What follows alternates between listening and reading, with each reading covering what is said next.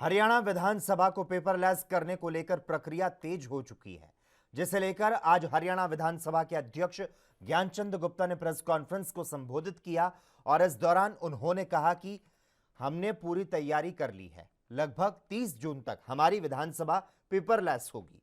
इसके लिए अभी से कर्मचारियों को ट्रेनिंग दी जा रही है।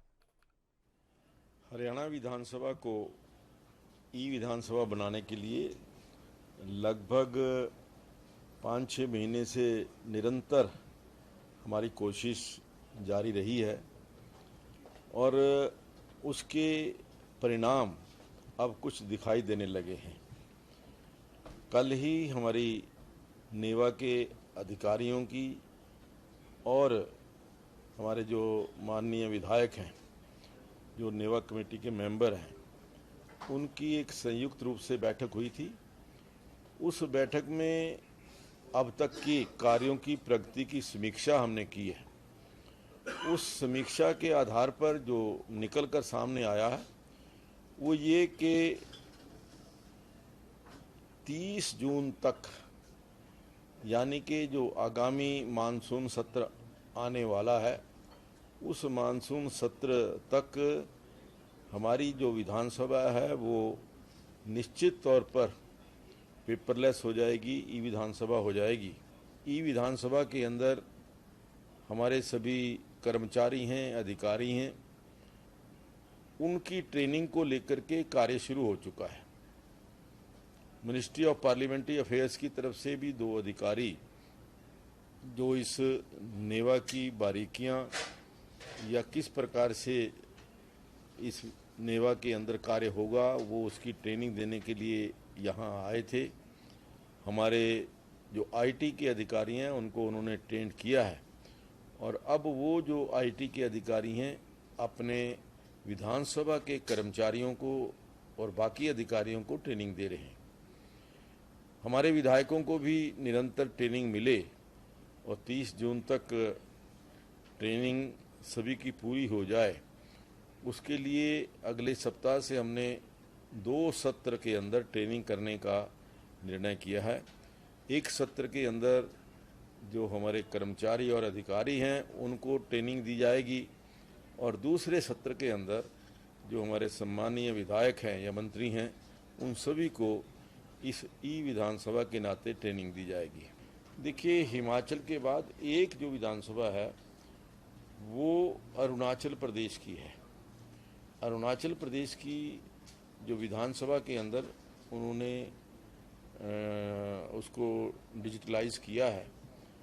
हमारी जो विधानसभा की कमेटी है, जो नेवा की कमेटी है, वो देखने के लिए अरुणाचल गई थी और वहाँ से भी जो कुछ जानकारी लेनी थी या प्रैक्टिकल रूप से क्या क्या डिफ़िकल्टीज आती हैं वो जानकारी लेकर के, और बिहार की जो लेजिस्लेटिव विधान परिषद है कुछ पोर्शन उसका भी ई विधानसभा के रूप में हुआ है, तो वो भी देख करके आए थे। उससे पहले हमने हिमाचल विधानसभा की जानकारी ली थी, लेकिन उन तीनों से अच्छा पूरी तरह से जो कहीं पर भी किसी प्रकार की कमी ना रहे, इस प्रकार का हमारा प्रयास है।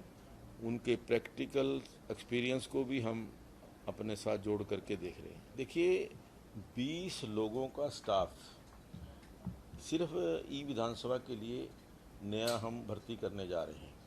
उसमें सबसे पहले हमने जो ट्रेनिंग अपने जो आईटी के अधिकारी हैं, 4 अधिकारी हैं, उनको पूरी तरह से ट्रेंड किया है। अब वो बाकी लोगों को ट्रेनिंग दे रहे हैं। हम सभी जो अपने माननीय विधायक हैं उनको पत्र लिखने वाले हैं कि जब भी टाइम उनको मिले तो वो आकर के यहाँ पर 1 घंटा, 2 घंटा, 4 घंटा जितना भी यहाँ से सीखना चाहें वो यहाँ पर आकर के सीख सकते हैं। कई विधायक ऐसे होंगे जो पूरी तरह से फैमिलियर नहीं होंगे या उनको समय लग सकता है। उनको मदद करने के लिए, उनकी हेल्प करने के लिए विधानसभा के अंदर भी हम हेल्पर जो हैं, जो ट्रेंड हमारे आईटी के कर्मचारी हैं, वो वहाँ पर विधानसभा के अंदर रहेंगे और जहाँ पर भी उनको हेल्प की ज़रूरत होगी वो वहाँ उनकी हेल्प करेंगे। अमित शाह जी के मिलने के पश्चात एक 2 या 3 बैठकें यहाँ पर हुई हैं चंडीगढ़ प्रशासन के अधिकारियों के साथ, और एक बैठक आदरणीय राज्यपाल महोदय जी के साथ अधिकारियों के सामने हुई थी। और उस बैठक के अंदर निर्णय ये हुआ था, जो अपने आदरणीय राज्यपाल जी ने कहा था कि निश्चित तौर पर आपको अच्छी विधानसभा होनी चाहिए, और उसके लिए अधिकारियों को कहा था कि कोई स्थान, और 2 या 3 बैठकें हमारे जो सेक्रेटरी हैं और अधिकारी हैं उनसे हुई है। उन्होंने 3 स्थान जो है वो सुझाव दिए थे कि 3 स्थान ये हो सकते हैं, लेकिन मुझे ये लगता है कि जो उन्होंने सुझाव दिए हैं वो थोड़ा सा, जो ये सेक्रेटेरिएट की बिल्डिंग है या हमारी जो प्रेजेंट विधानसभा है उससे थोड़ा दूर है। एक बात तो निश्चित मैं इसको मानता हूँ कि एक बात उन्होंने जो मान ली है वो ये है कि स्थान मिलना चाहिए, जो आवश्यकता है, लेकिन वो स्थान कहाँ मिलता है ये मैं लगता हूँ कि हफ्ते 10 दिन के अंदर मेरा ये प्रयास होगा कि इसको हम डिसाइड करवा पाएं।